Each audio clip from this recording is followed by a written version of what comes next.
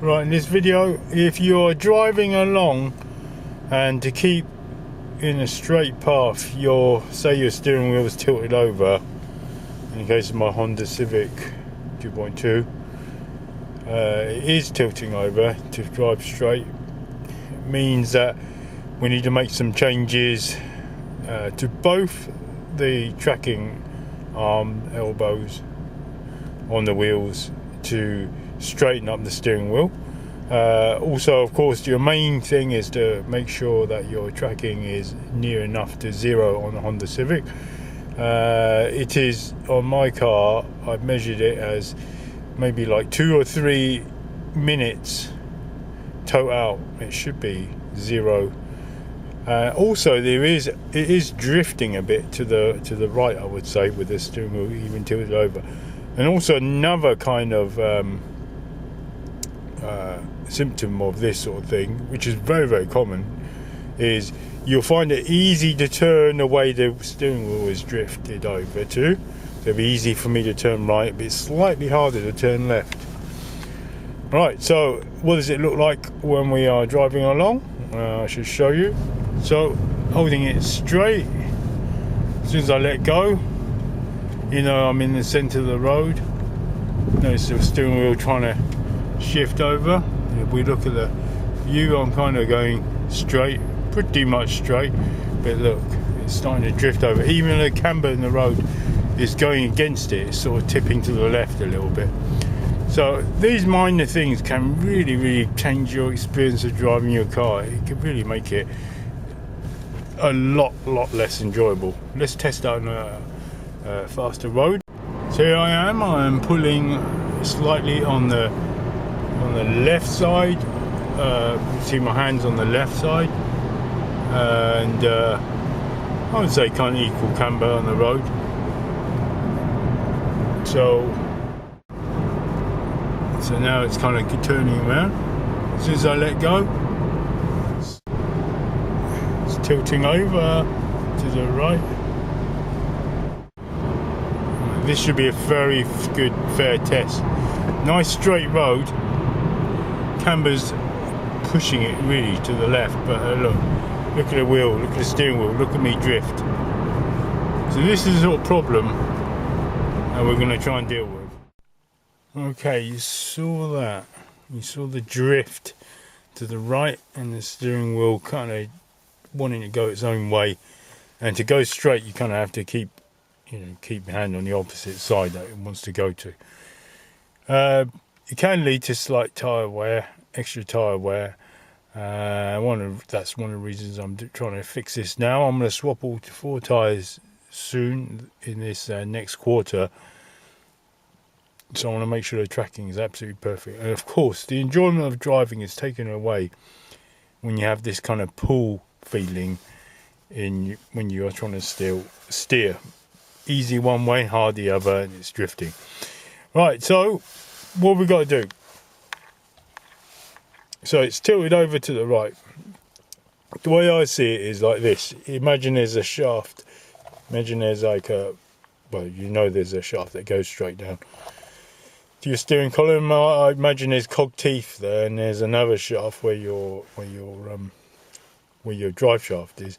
Imagine there's cog teeth there. To pull it back the other way, you're going to have to move the shaft that way. In other words, screw it in on the right in this case, and screw it out on the left. Okay. What we're really doing is, if you imagine, imagine I've got this is my left wheel, right? Imagine it is now doing that. Okay. So that's better. Right, imagine I'm driving along, and I am in effect going straight. I'm going straight now because I'm pulling on this side, right? But it is tilted over a little bit. So what happens is your wheel, this wheel, left wheel and right wheel, are kind of pointing straight ahead, right? However, the steering wheel's off. So what you need to do, what you need to do is to basically turn that one that way and turn this one that way.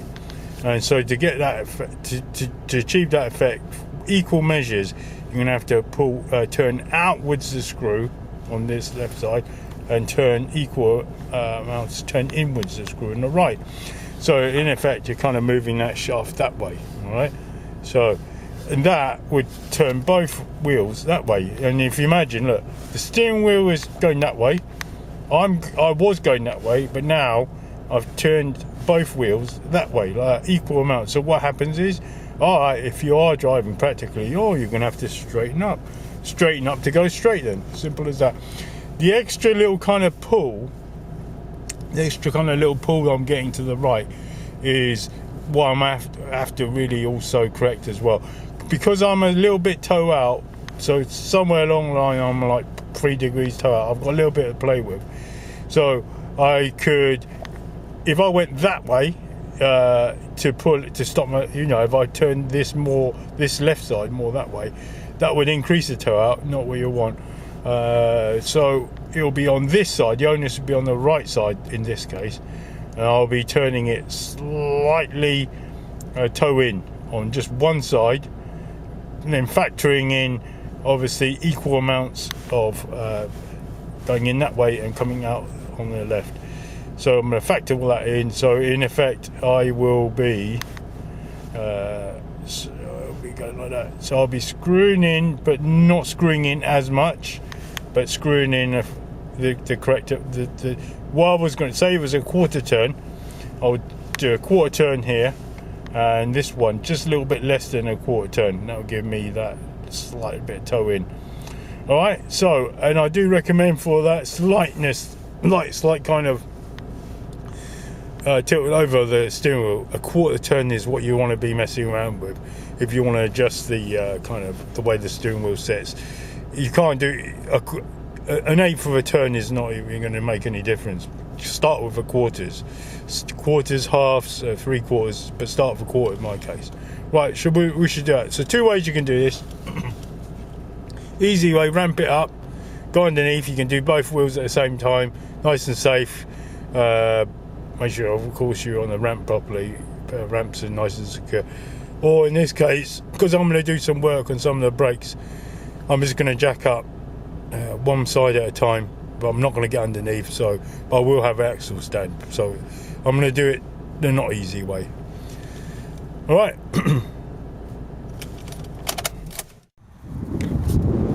I've decided to do it the easy way because it's so wet and windy today. I don't think I'll be working on the brakes today. It would take too long. However, so on the ramp, for low profile cars, which is most cars these days, not only do you need the ramp, you'll need the kind of ramp extender as well. Otherwise you will find when you're trying to ramp it, you will hit the bumper on the well, it just won't work. It will just sort of scrape along the ground. Also the extenders, what you'll find is as soon as you roll on the extenders, it'll keep the main ramp steady so it doesn't slip. So very, very good to use ramps. Okay, so I'll be in this flat car park. I'll be doing the tracking afterwards as well, so much easier now. I'm just going to get underneath it even though it's raining a little bit and adjust. I need some tape. I need a 24mm spanner to adjust. A 24mm spanner, I can't remember what you call them, but it's kind of more like this shape rather than that shape. And the 14mm spanner to hold the shaft, and some tape really for visual recognition with how I'm turning it. That's it really. So let's get under the car. I should get my head torch on so you can see. Make sure I've got some kind of foam on the floor, not a yoga mat so I don't get too uncomfortable. So this job, all I need. So spanners that look like that help to grip the nut. The torque tightening, official torque tightening strength when you are going to tighten the nut up is 65 Newton meters, and I do recommend you basically, if you've got a wrench like this, you kind of hold the shaft as much as you can with a spanner, a 14mm spanner, and I'm going to use as much force as I can to turn it by hand. That should give us near 65. You need that, otherwise it's one of the drawbacks is you'll find you'd be driving 100 meters. By the time you've driven 100 meters, that nut has gone loose again. So whenever you do a job like this, I'm not going to do it today, but whenever you do a job like this, always double check. I'm not going to show you that I'm going to double check, but I will double check. You know, after like half a mile, I'll kind of put it up on a curb and I'll just put my hand underneath, because you can reach, you know, you don't have to jack it up anymore. Just put your hand underneath, see if that nut is loose. Very important. That does come loose very, very easily. So you have to really, really wrench it on really hard. Right, okay. Right, so here it is. I've taped up one side, and of course both sides as well. It's just a visual indicator. See that bit there on this car? That's where the 14mm is going to grasp onto. That's the locking nut, that one there. That's the 24 in this car. So what did I say? I said I am going to unscrew this by a quarter of a turn this side, and the other side slightly less than a quarter of a turn I'm going to screw in. Alright, so let me just double check my brain. Yep, that should do it. So screw out and this side on the left and screw in on the right. Okay, so I can't really film at the same time, but pretty much this fits on here. These are excellent for doing this sort of job. Maybe I'll move it like so. It should fit on there like that. And then this one fits on here like that, and I'll need two hands of course. Right, okay. I've got some good visuals here. The lens is a bit close. Anyway, okay. I've unloosened it. Now, on the left side, it was so, even though I undid it a couple of weeks ago, it was so tight that I had to let go of this holding spanner and then pull both hands on this nut. If you think about it, it's okay to do that because you are going against, because the inner shaft of the steering column fits into another kind of screw, the inner kind of steering system fits into another screw. So if I'm kind of pulling it this way on the left side, that's okay. I'll be tightening that inner shaft rather than unloosening it, so it's okay to pull hard on this side. But if it was the other side, on the right hand side, I hope in a minute that won't be the case. If I was to pull hard, I may end up unloosening the inner drive shaft, so the inner, not drive shaft, the inner steering shaft, so be careful of that on the right side anyway. But on the left side, yep, you can undo it, no problem. Right, I've undone it. So I said, what did I say? Unscrew. So now I need to kind of hold, I'm going to hold that arm in my hand. This is quite loose now, this nut, and I'm going to try and unscrew it. Let me see if I put the camera on the floor, if I can do that. So you can feel it, see it's kind of wobbly now. So I'm going to do it one, unscrew it by one whole quarter of a turn.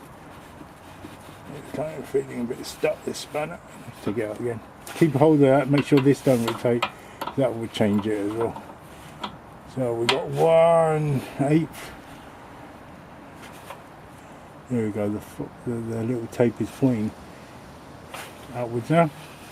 I haven't shifted that. Now, tricky thing is, like I said, now go to screw it all back up.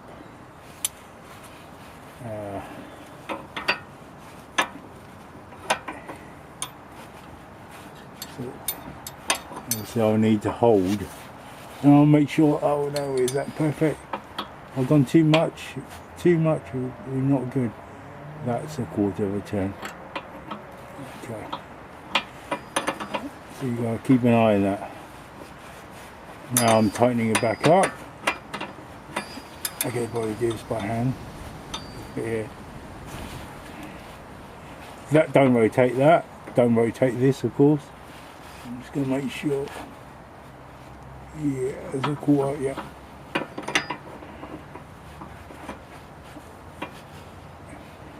So kind of easier in a way if you took the wheel off, because it's less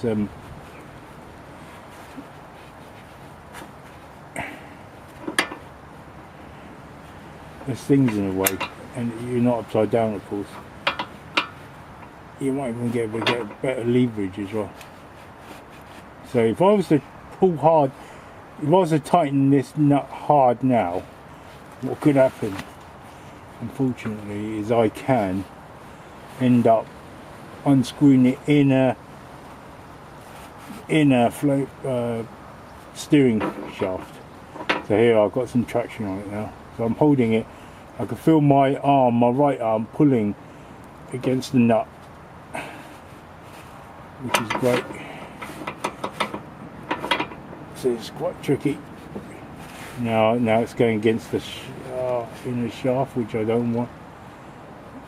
Let me put it back in. Try it from it.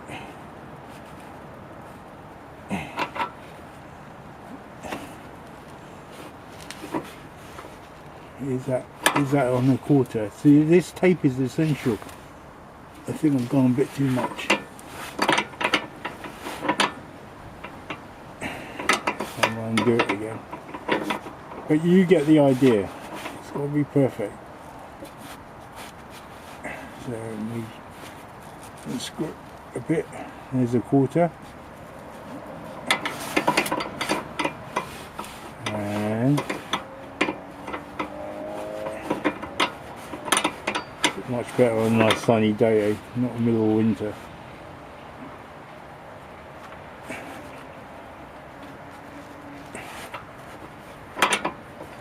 I might just pull it a little bit.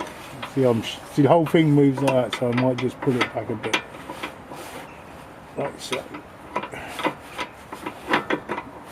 Okay. I don't know about Loctite. If anyone's thinking about Loctite, I'm not sure it'd be a good idea in this case. Just trying to get the nut to turn against it. It's turning the whole thing, I think. I don't know, it looks okay actually.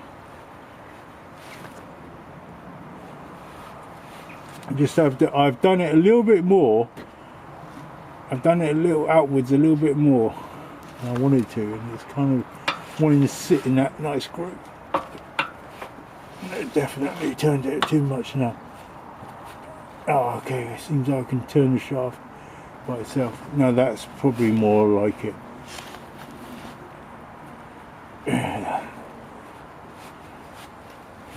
We tighten that nut.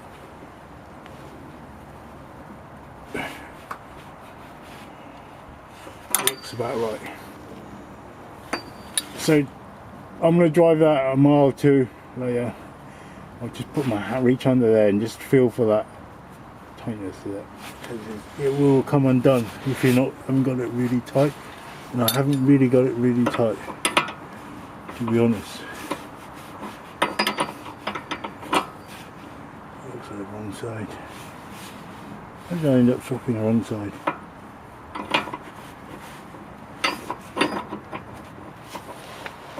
One more go. No, it just rotates. I've been rotating the whole shaft.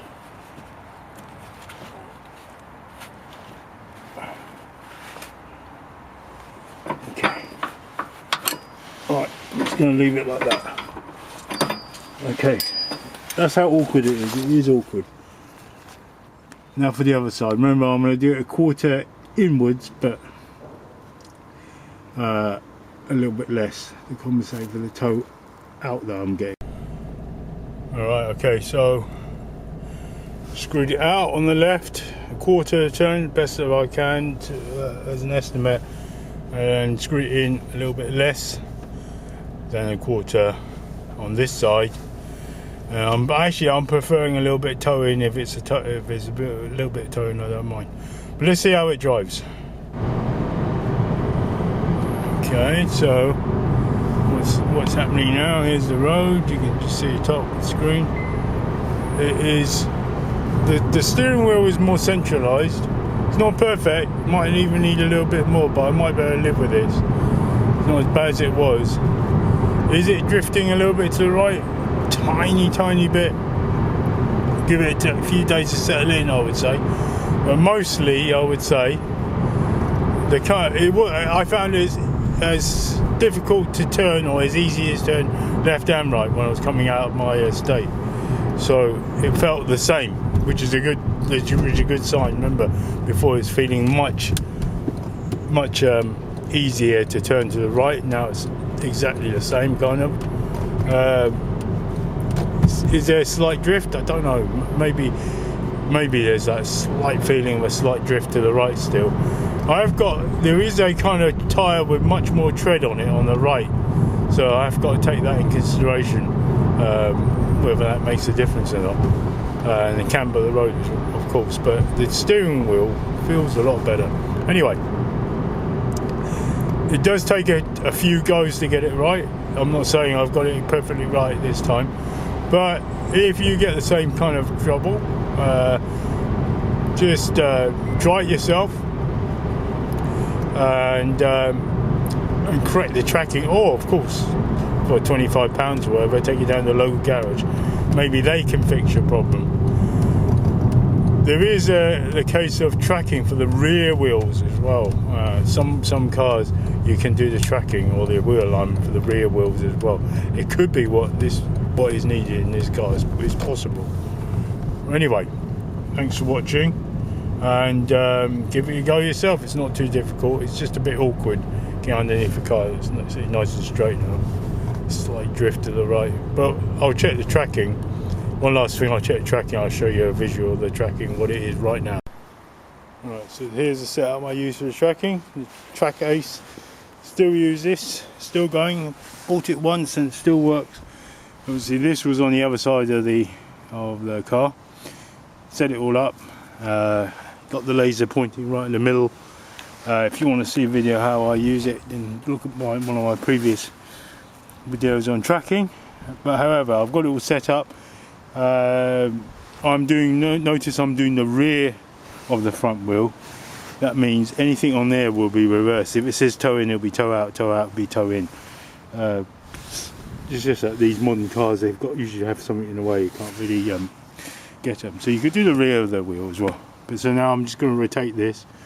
So as I rotate, you'll see a laser beam pop up. Not yet.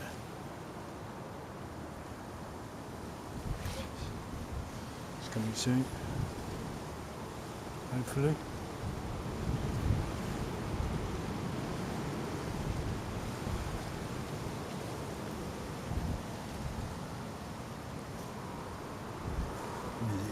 There it is. Ages to get there. Right, so remember I turned the right hand side, not as much to give us that toe in. It was toe out, do you remember? I said it was toe out about 3 degrees. Now it is reading about 5 minutes toe in.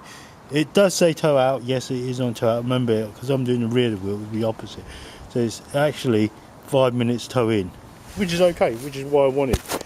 I want to get a maximum effect without going too far of my drift, the right hand drift to centralise. Anyway, I'm happy with that. See how it drives. So that was almost like a perfect kind of demonstration, really.